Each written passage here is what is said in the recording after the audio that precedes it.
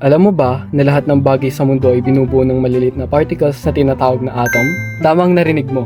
Lahat ng bagay, including tayong mga tao, mga hayop, mga halaman, at lahat ng bagay na nahawakan natin ay binubuo ng atoms.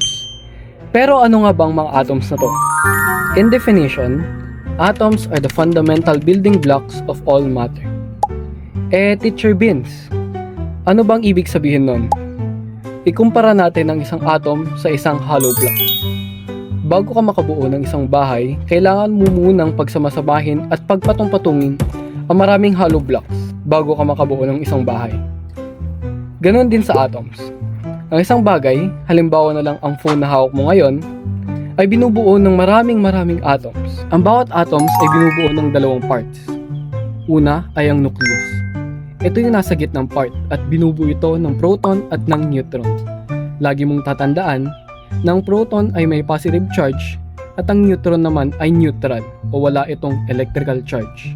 Ang pangalawang part naman ay ang electron. Ang mga electron ay may negative charge at pinapalibutan nito ang nucleus. That's all for today's lesson at sana may natutunan kayo.